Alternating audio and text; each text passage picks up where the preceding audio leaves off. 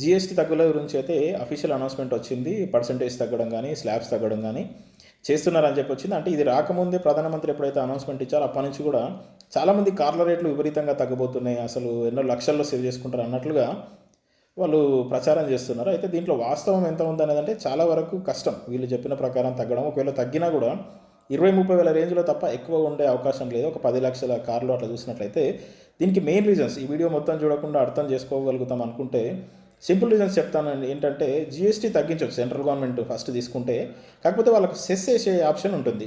ఇప్పుడు కూడా వేస్తున్నారు సెస్, అప్పుడు కూడా సెస్ వేస్తారు. ఇంకా సెస్లో స్టేట్ గవర్నమెంట్స్కి పొత్తు కూడా ఇచ్చే అవసరం లేదు. జీఎస్టీలో అయినా ఇవ్వాలి కానీ సెస్లో ఓన్లీ సెంట్రల్ గవర్నమెంట్కి చెందుతుంది. అదంతా కలిసిన తర్వాత ఎక్స్షోరూమ్ ప్రైస్ అవుతుంది. తర్వాత నెక్స్ట్ వచ్చేసి కార్ల కంపెనీలు, డీలర్లు వీళ్ళందరినీ చూసినట్లయితే ఆబ్వియస్లీ వీళ్ళు డిస్కౌంట్లు ఇంతకుముందు ఏదో కొంత అంత కొంత ఇచ్చేది 30,000 40,000 అని, యాక్సెసరీస్, ఫ్రీ సర్వీస్లను, ఇన్సూరెన్స్ అనో ఇట్లా ఎన్నో ఇచ్చేది, అవన్నీ ఆపేయచ్చు.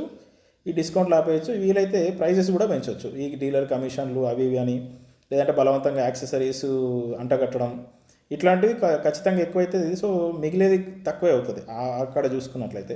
తర్వాత ఫైనల్గా వచ్చేసరికి రాష్ట్ర ప్రభుత్వాలు వీళ్ళు అసలే డబ్బులకు కాచుకొని కూర్చున్నారు పాపం. ఇప్పటికే జీఎస్టీ తక్కువ వల్ల వాళ్ళకి ఆదాయం పడిపోతుంది. సో ఇట్లా చిన్న చిన్న వస్తువుల మీద వీళ్ళు ఏం పెంచలేరు. ఇప్పుడు ఏదో పిల్లల వస్తువులు, పిల్లల సబ్బుల మీద వేస్తే విమర్శలు ఎక్కువ వస్తాయి. సో కార్ అంటే కాస్ట్లీ కూడా అయిపోయింది. కార్ అంటే కాస్ట్లీ గూడ్స్ కింద చూస్తారు కాబట్టి గవర్నమెంట్స్. సో వీళ్ళకి ఇంకా పెద్ద ఆప్షన్ లేదు. స్టాంప్స్, రిజిస్ట్రేషన్, మద్యము ఇవి ఎప్పటికప్పుడు పెంచుతూనే ఉంటారు.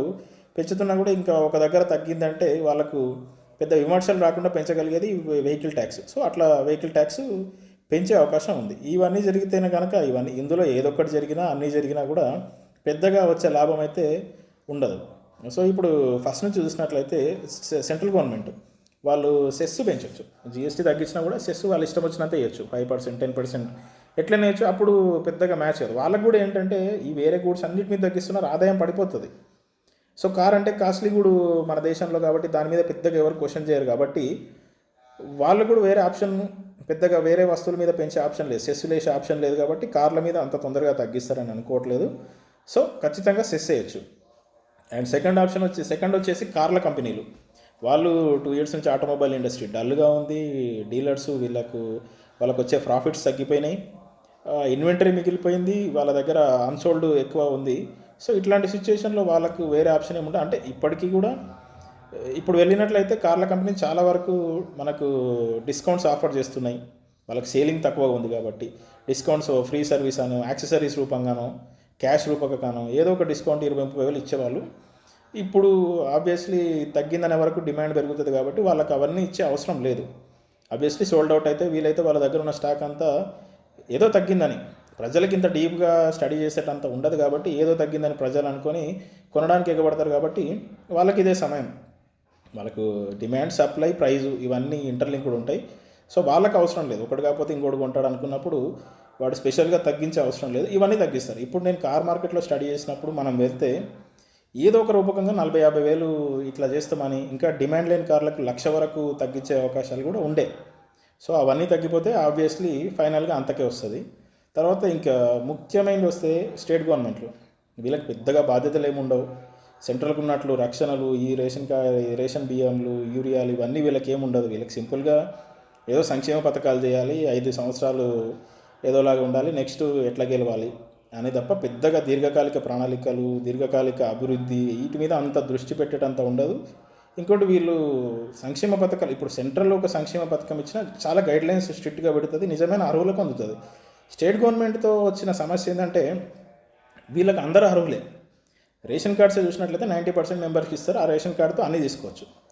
ఇప్పుడు నేను స్వయంగా చూసిన ఒక లిటరల్గా ₹1,00,00,000 కట్నము, పెళ్ళి ఆడంబరంగా చేసిన పెళ్ళి, ₹1,00,00,000 ఖర్చు చేసిన వాడు కూడా ₹1,00,000 కళ్యాణ లక్ష్మి కోసం లైన్లో నిల్చున్న వాళ్ళని చూసిన నేను. సో వాళ్ళకు ఆబ్వియస్గా కళ్యాణ లక్ష్మి వస్తుంది. ఎందుకంటే ఆ కళ్యాణ లక్ష్మికి ఉన్న రూల్స్ ఏంది, ఆ రేషన్ కార్డు ఉండాలి, పేదవాడు కావాలి. పేదవాడు అంటే నిరూపించేది ఇక దానికి ఎక్కడా సోర్స్ లేదు. నువ్వు అందరి ఇన్కమ్ 1 lakh ఉంటుంది ఇన్కమ్ సర్టిఫికేట్లో, అందరికీ రేషన్ కార్డు ఉంటుంది, అందరు పేదవాళ్ళు మన దేశంలో. ఏదో కంపల్సరీ ఆదాయం వచ్చే ప్రభుత్వ ఉద్యోగులు అట్లాంటి వాళ్ళు తప్పిస్తే సో వీళ్ళకి ఖర్చు పెడుతుంది. అర్హులకి సంక్షేమం తప్పు కాదు కానీ అనర్హులకి ఇవ్వడం తప్పు. స్టేట్ గవర్నమెంట్ ఆ పని చేస్తుంది కాబట్టి వీళ్ళకు డబ్బులు మిగలట్లేదు. వీళ్ళు ఎంతసేపు ఎన్నికల్లో మళ్ళీ ఎట్లా గెలవాలని చెప్పి కానీ దీర్ఘకాలిక అభివృద్ధి మీద ఖర్చు పెట్టరు. ఒక కుటుంబ సభ్యులే ఇప్పుడు సాధారణ మధ్యతరగతి వాళ్ళే పిల్లల చదువు కోసం లక్షలు ఖర్చు పెడుతున్నారు. అది తాత్కాలికంగా అప్పటికప్పుడు ఏమంటారు రిటర్న్స్ ఏం తెచ్చిపెట్టదు. కాకపోతే వాళ్ళకి తెలుసు దీర్ఘకాలికంగా దేనికోసం ఖర్చు పెట్టాలి, దేనికోసం పెట్టే ఖర్చు దీర్ఘకాలికంగా పనికొస్తుంది, తాత్కాలికంగా పనికొస్తుందని ఒక సాధారణ వ్యక్తికి తెలిసినప్పుడు ప్రభుత్వాలు అట్లా చేయడం లేదు. ఇన్ఫ్రాస్ట్రక్చర్ ఇట్లా డెవలప్ చేయాలి. ఇది పోటీ ప్రపంచం. మనకంటే వేరే దేశం వెళ్ళిపోతుంటే మనం వెనకబడుతుంటే మనం ఆగుతాం, మెల్లకపోతాం. ఇంకా వీళ్ళు గొప్పగా చెప్తారు ఏదైనా గవర్నమెంట్స్ 5 సంవత్సరాలు ఇట్లా వీళ్ళు చెప్పేది ఎట్లా ఉంటుంది అంటే, మేము అధికారంలోకి వచ్చినప్పుడు ఆ పిల్లగానికి 5 సంవత్సరాలు ఉండే, ఇప్పుడు ఆ పిల్లగానికి 10 సంవత్సరాలు వచ్చినాయి మేము దిగిపోయేటప్పటికి అన్నట్లు చెప్తారు. సో వీళ్ళు కూడా ఏదో చేశామని గొప్ప చెప్తారు. ఖచ్చితంగా మిమ్మల్ని ఎన్నుకున్నది గవర్నమెంట్ ఇచ్చింది, అధికారం ఇచ్చింది ఏదో ఒకటి చేయడానికి, ఆ చేసిన ప్రతిదీ చెప్పుకోవడానికి కాదు. ఒక 5 సంవత్సరాల్లో కొన్ని మార్పులు వాటంతట అవే ప్రజల అభివృద్ధి చెందడం వలన, చుట్టూ ఉన్న సమాజంలోని మార్పుల వలన ఆబ్వియస్లీ అభివృద్ధి అనేది జరుగుతూ ఉంటుంది. దాన్ని మ్యాక్సిమం చేయడమే గవర్నమెంట్ల బాధ్యత. అంటే ₹1 ఎక్కువ లాభాన్ని ఇచ్చే దాని మీద ఖర్చు పెట్టాలి, కానీ ప్రస్తుతం ప్రభుత్వాలు ఆ సిచ్యువేషన్లో లేవు. సో ఇది టాపిక్కి అనవసరం కాబట్టి, సో సింపుల్గా వీళ్ళు కార్ల మీద వెహికల్ ట్యాక్స్ రీసెంట్గానే ఇప్పుడు ఒక తెలంగాణ స్టేట్ గవర్నమెంట్ అయితే 1% పెంచింది ఈ అనౌన్స్మెంట్ వస్తున్నప్పుడే. సో ఈ అఫీషియల్గా వచ్చిందంటే వీళ్ళు తగ్గించుకోవడానికి ఇష్టపడరు కాబట్టి, లగ్జరీ గుడ్స్ కాబట్టి దీని మీద ట్యాక్స్ వీళ్ళు ఒక 5-6% పెంచినా కూడా అంత మ్యాచ్ అయిపోతుంది. ఇంకా వచ్చే తగ్గుదల, బంపర్ ఆఫరు అట్లాంటివి ఏమి ఉండవు. సో ఈ ఏదో ఉట్టిగా యూట్యూబ్లో చేస్తున్న దానికి పెద్దగా నమ్మి ఏదో తగ్గుతాయి అన్నట్లు ఊహించుకునే అవసరం లేదు. కార్ల విషయంలో మాత్రం ఖచ్చితంగా అయితే జరగదని అనుకుంటున్నాం. ఒకవేళ జరిగినా కూడా కార్ల కంపెనీలు ఏంటంటే ఆబ్వియస్లీ ఇప్పుడు డిమాండ్ పెరిగిందంటే వాళ్ళు ఏం చేస్తారంటే బుకింగ్స్ తీసుకుంటారు, 3 నెలలకు 6 నెలలకు ఇస్తారు. ఆ బుకింగ్స్లో కూడా ఏముంటుందంటే క్లియర్గా మీరు తీసుకునే రోజు ఉన్న ప్రైస్ కట్టమంటారు. ఈ రోజు ఉన్న రేట్కి మీరు బుకింగ్ చేసుకున్నా కూడా వాళ్ళు ఏం చేస్తారు కార్ల కంపెనీలు, ఆబ్వియస్లీ డిమాండ్ పెరుగుతుంది కాబట్టి దాని మీద ఒక 30,000 40,000 వాళ్ళ ప్రైస్ ఫ్యాక్టరీ కాస్ట్ పెంచుకున్నారంటే దాని మీద అన్నీ పెరుగుకుంటూ పోతాయి. దాని మీద పడే GST పెరుగుతుంది, దాని మీద పడే వెహికల్ ట్యాక్స్ పెరుగుతుంది, ఈ డీలర్ కమిషన్లు ఇవన్నీ ఆ పర్సెంటేజ్తోనే వస్తాయి. కాబట్టి వాళ్ళ బేస్ రేంజ్లో 30,000-40,000 పెంచినా కూడా ఫైనల్గా వచ్చేసరికి 70,000-80,000 ₹1,00,000 పెరిగే అవకాశం ఉంటుంది. సో వాళ్ళు ఇప్పుడు డిమాండ్ పెరుగుతుంది అంటే 2-3 మంత్స్లో వాళ్ళ ప్రైజెస్ కరెక్షన్ చేసుకొని వాళ్ళ నష్టాలు రికవరీ చేసుకొని ప్రాఫిట్స్లోకి వచ్చే దానికి ట్రై చేస్తారు. కాబట్టి సో ఏదున్నా అది దీర్ఘకాలికంగా ఉండకపోవచ్చు. కార్ల విషయంలో మాత్రం పెద్ద తగ్గుదల ఉంటుందని అయితే అనుకోవడం లేదు. Thank you.